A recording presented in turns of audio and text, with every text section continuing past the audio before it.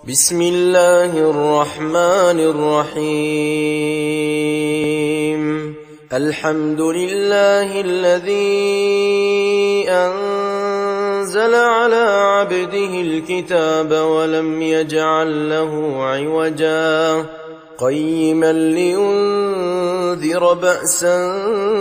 شديدا من لدنه ويبشر المؤمنين الذين يعملون الصالحات أن لهم أجرا حسنا ماكثين فيه أبدا وينذر الذين قالوا اتخذ الله ولدا ما لهم به من علم ولا لآبائهم كبرت كلمة تخرج من أفواههم إن يقولون إلا كذبا فلعلك باخع نفسك على آثارهم إن لم يؤمنوا بهذا الحديث أسفا إنا جعلنا ما على الأرض زينة لها لنبلوهم أيهم أحسن عملا وإنا لجاعلون ما عليها صعيدا جرزا أم حسبت أن أصحاب الكهف والرقيم كانوا من آياتنا عجبا إذ أوى الفتية إلى الكهف فقالوا ربنا آتنا من لدنك رحمة وهيئ لنا من أمرنا رشدا فضربنا على آذانهم في الكهف سنين عددا ثم بعثناهم لنعلم أي الحزبين أحصى لما لبثوا أمدا نحن نقص عليك نبأهم بالحق إنهم فتية آمنوا بربهم وزدناهم هدى وربطنا على قلوبهم إذ قاموا فقالوا ربنا رب السماوات والأرض لن ندعو من دونه إلها لقد قلنا إذا شططا هؤلاء قومنا اتخذوا من دونه آلهة لولا يأتون عليهم بسلطان بين فمن أظلم ممن افترى على الله كذبا وإذ اعتزلتموهم وما يعبدون إلا الله فأووا إلى الكهف ينشر لكم ربكم من رحمته ويهيئ لكم من أمركم مرفقا وترى الشمس إذا طلعت تزاور عن كهفهم ذات اليمين وإذا غربت تقرضهم ذات الشمال وهم في فجوة منه ذلك من آيات الله من يهد الله فهو المهتد ومن يضلل فلن تجد له وليا مرشدا وتحسبهم أيقاظا وهم رقود ونقلبهم ذات اليمين وذات الشمال وكلبهم باسط ذراعيه بالوصيد لو اطلعت عليهم لوليت منهم فرارا ولملئت منهم رعبا وكذلك بعثناهم ليتساءلوا تساءلوا بينهم قال قائل منهم كم لبثتم قالوا لبثنا يوما أو بعض يوم قالوا ربكم أعلم بما لبثتم فابعثوا أحدكم بورقكم هذه إلى المدينة فلينظر أيها أزكى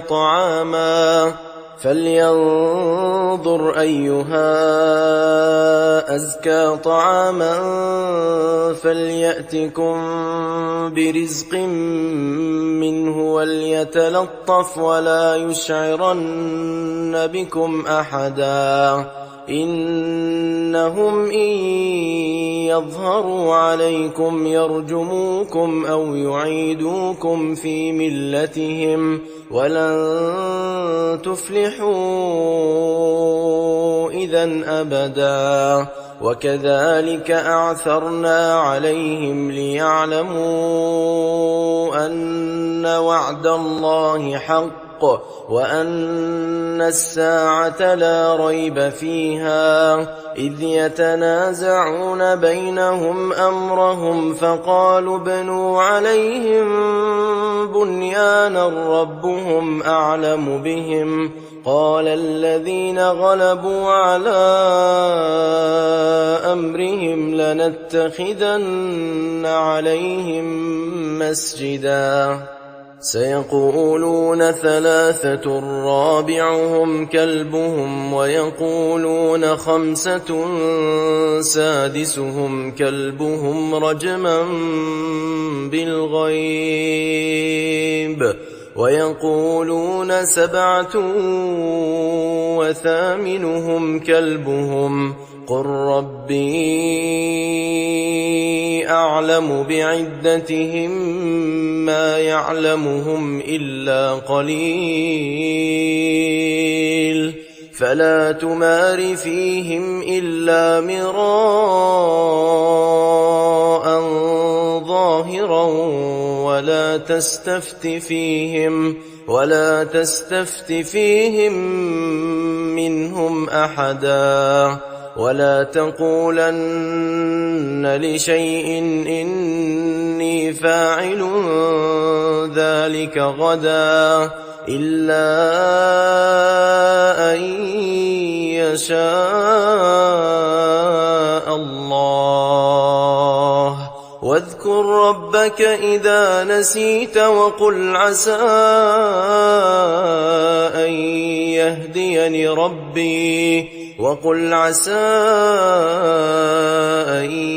يهديني ربي لأقرب من هذا رشدا ولبثوا في كهفهم 300 سنين وازدادوا 9 قل الله أعلم بما لبثوا له غيب السماوات والأرض أبصر به وأسمع ما لهم من دونه من ولي ولا يشرك في حكمه أحدا واتل ما أوحي إليك من كتاب ربك لا مبدل لكلماته ولن تجد من دونه ملتحدا واصبر نفسك مع الذين يدعون ربهم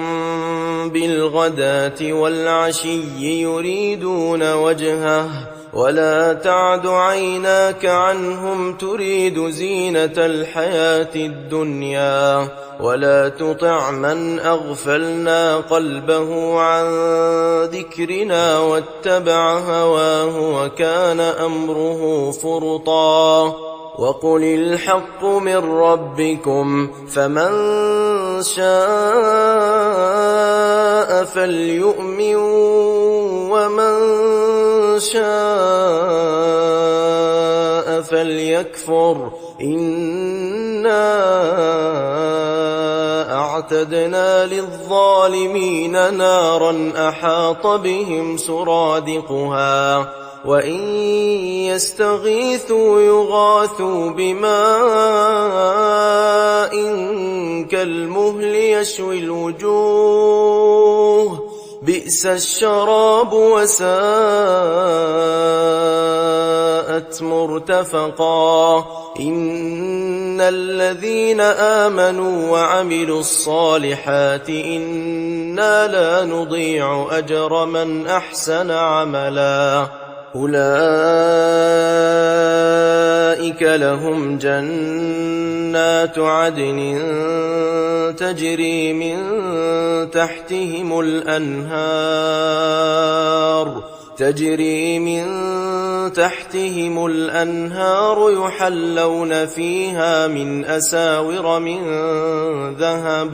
يحلون فيها من أساور من ذهب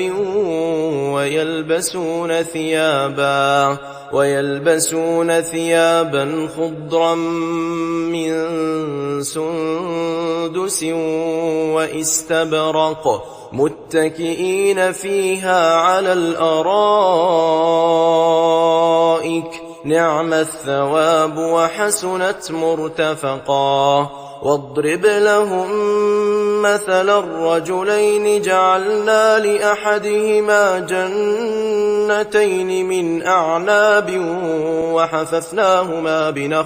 وحففناهما بنخل وجعلنا بينهما زرعا كلتا الجنتين آتت أكلها ولم تظلم منه شيئا وفجرنا خلالهما نهرا وكان له ثمر فقال لصاحبه وهو يحاوره أنا أكثر منك مالا وأعز نفرا ودخل جنته وهو ظالم لنفسه قال ما أظن أن تبيد هذه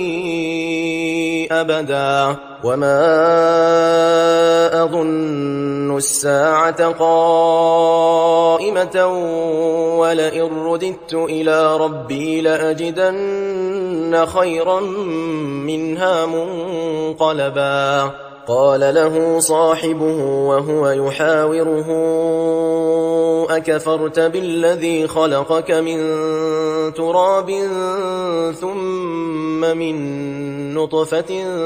ثم سواك رجلا لكن هو الله ربي ولا أشرك بربي أحدا ولولا إذ دخلت جنتك قلت ما شاء الله لا قوة إلا بالله إن ترني أنا أقل منك مالا وولدا فعسى ربي أن يؤتيني خيرا من جنتك ويرسل عليها حسبانا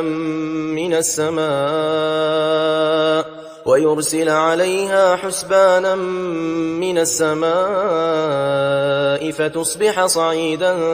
زلقا أو يصبح ماؤها غورا فلن تستطيع له طلبا وأحيط بثمره فأصبح يقلب كفيه على ما أنفق فيها وهي خاوية على عروشها ويقول يا ليتني لم أشرك بربي أحدا ولم تكن له فئة ينصرونه من دون الله وما كان منتصرا هنالك الولاية لله الحق هو خير ثوابا وخير عقبا واضرب لهم مثل الحياة الدنيا كماء إن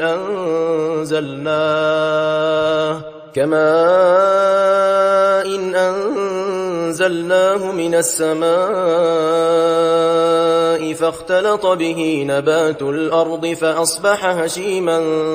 تذروه الرياح وكان الله على كل شيء مقتدرا. المال والبنون زينة الحياة الدنيا والباقيات الصالحات خير عند ربك ثوابا وخير أملا. ويوم نسير الجبال وترى الأرض بارزة وحشرناهم فلم نغادر منهم أحدا وعرضوا على ربك صفا لقد جئتمونا كما خلقناكم أول مرة بل زعمتم أن لن نجعل لكم موعدا. ووضع الكتاب فترى المجرمين مشفقين مما فيه ويقولون يا ويلتنا ما لهذا الكتاب لا يغادر صغيرة ولا كبيرة إلا أحصاها ووجدوا ما عملوا حاضرا ولا يظلم ربك أحدا. وإذ قلنا للملائكة اسجدوا لآدم فسجدوا إلا إبليس كان من الجن ففسق عن أمر ربه أفتتخذونه وذريته أولياء من دوني وهم لكم عدو بئس للظالمين بدلا. ما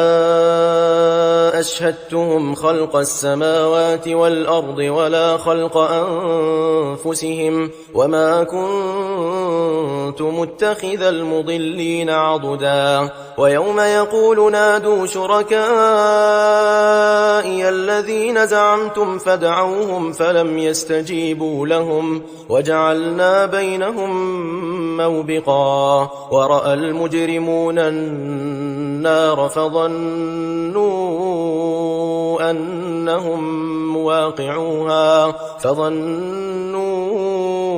أنهم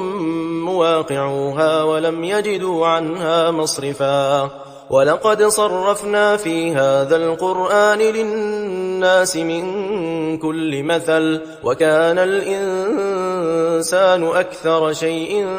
جدلا. وما منع الناس أن يؤمنوا إذ جاءهم الهدى ويستغفروا ربهم إلا أن تأتيهم سنة الأولين أو يأتيهم العذاب قبلا. وما نرسل المرسلين إلا مبشرين ومنذرين ويجادل الذين كفروا بالباطل ليدحضوا به الحق واتخذوا آياتي وما أنذروا هزوا. ومن أظلم ممن ذكر بآيات ربه فأعرض عنها ونسي ما قدمت يداه إنا جعلنا على قلوبهم أكنة أن يفقهوه وفي آذانهم وقرا وإن تدعهم إلى الهدى فلن يهتدوا إذن أبدا. وربك الغفور ذو الرحمة لو يؤاخذهم بما كسبوا لعجل لهم العذاب بل لهم موعد لن يجدوا من دونه موئلا. وتلك القرى أهلكناهم لما ظلموا وجعلنا لمهلكهم موعدا. وإذ قال موسى لفتاه لا أبرح حتى أبلغ مجمع البحرين أو أمضي حقبا فلما فلما بلغا مجمع بينهما نسيا حوتهما فاتخذ سبيله في البحر سربا فلما جاوزا قال لفتاه آتنا غداءنا لقد لقينا من سفرنا هذا نصبا قال أرأيت إذ أوينا إلى الصخرة فإني نسيت الحوت وما أنسانيه إلا الشيطان أن أذكره واتخذ سبيله في البحر عجبا قال ذلك ما كنا نبغ فارتدا على آثارهما قصصا فوجدا عبدا من عبادنا آتيناه رحمة من عندنا وعلمناه من لدنا علما قال له موسى هل أتبعك على أن تعلمني مما علمت رشدا قال إنك لن تستطيع معي صبرا وكيف تصبر على ما لم تحط به خبرا قال ستجدني إن شاء الله صابرا ولا أعصي لك أمرا قال فإن اتبعتني فلا تسألني عن شيء حتى أحدث لك منه ذكرا فانطلقا حتى إذا ركبا في السفينة خرقها قال أخرقتها لتغرق أهلها لقد جئت شيئا إمرا قال ألم أقل إنك لن تستطيع معي صبرا قال لا تؤاخذني بما نسيت ولا ترهقني من أمري عسرا فانطلقا حتى إذا لقيا غلاما فقتله قال أقتلت نفسا زكية بغير نفس لقد جئت شيئا نكرا قال ألم أقل لك إنك لن تستطيع معي صبرا قال إن سألتك عن شيء بعدها فلا تصاحبني قد بلغت من لدني عذرا فانطلقا حتى إذا أتيا أهل قرية استطعما أهلها فأبوا أن يضيفوهما فوجدا فيها جدارا يريد أن ينقض فأقامه قال لو شئت لاتخذت عليه أجرا قال هذا فراق بيني وبينك سأنبئك بتأويل ما لم تستطع عليه صبرا أما السفينة فكانت لمساكين يعملون في البحر فأردت أن أعيبها وكان وراءهم ملك يأخذ كل سفينة غصبا وأما الغلام فكان أبواه مؤمنين فخشينا أن يرهقهما طغيانا وكفرا فأردنا أن يبدلهما ربهما خيرا منه زكاة وأقرب رحما وأما الجدار فكان لغلامين يتيمين في المدينة وكان تحته كنز لهما وكان أبوهما صالحا فأراد ربك أن يبلغا أشدهما ويستخرجا كنزهما رحمة من ربك وما فعلته عن أمري ذلك تأويل ما لم تسطع عليه صبرا ويسألونك عن ذي القرنين قل سأتلو عليكم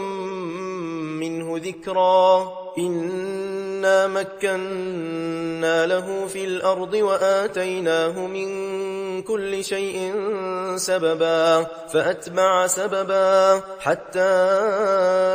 إذا بلغ مغرب الشمس وجدها تغرب في عين حمئة ووجد عندها قوما قلنا يا ذا القرنين إما أن تعذب وإما أن تتخذ فيهم حسنا قال أما من ظلم فسوف نعذبه ثم يرد إلى ربه فيعذبه عذابا نكرا وأما من آمن وعمل صالحا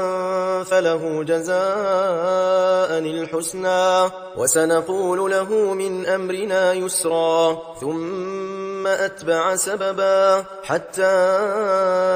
إذا بلغ مطلع الشمس وجدها تطلع على قوم لم نجعل لهم من دونها سترا كذلك وقد أحطنا بما لديه خبرا ثم أتبع سببا حتى إذا بلغ بين السدين وجد من دونهما قوما لا يكادون يفقهون قولا قالوا يا ذا القرنين إن يأجوج ومأجوج مفسدون في الأرض فهل نجعل لك خرجا على أن تجعل بيننا وبينهم سدا قال ما مكني فيه ربي خير فأعينوني بقوة أجعل بينكم وبينهم ردما آتوني زبر الحديد حتى إذا ساوى بين الصدفين قال انفخوا حتى إذا جعله نارا قال آتوني أفرغ عليه قطرا فما استطاعوا أن يظهروه وما استطاعوا له نقبا قال هذا رحمة من ربي فإذا جاء وعد ربي جعله دكاء وكان وعد ربي حقا وتركنا بعضهم يومئذ يموج في بعض ونفخ في الصور فجمعناهم جمعا وعرضنا جهنم يومئذ للكافرين عرضا الذين كانت أعينهم في غطاء عن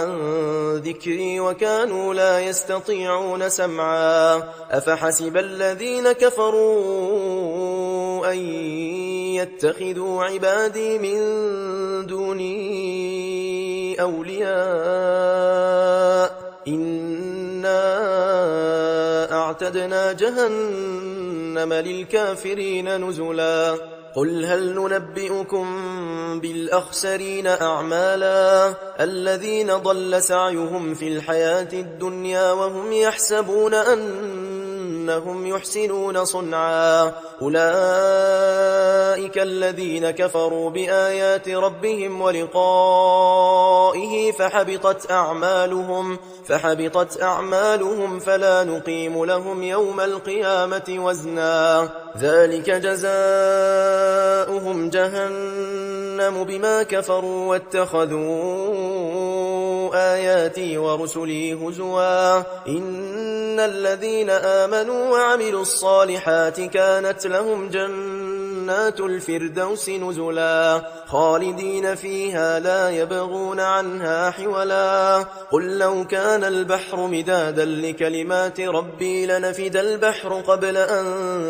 تنفد كلمات ربي ولو جئنا بمثله مددا قل إنما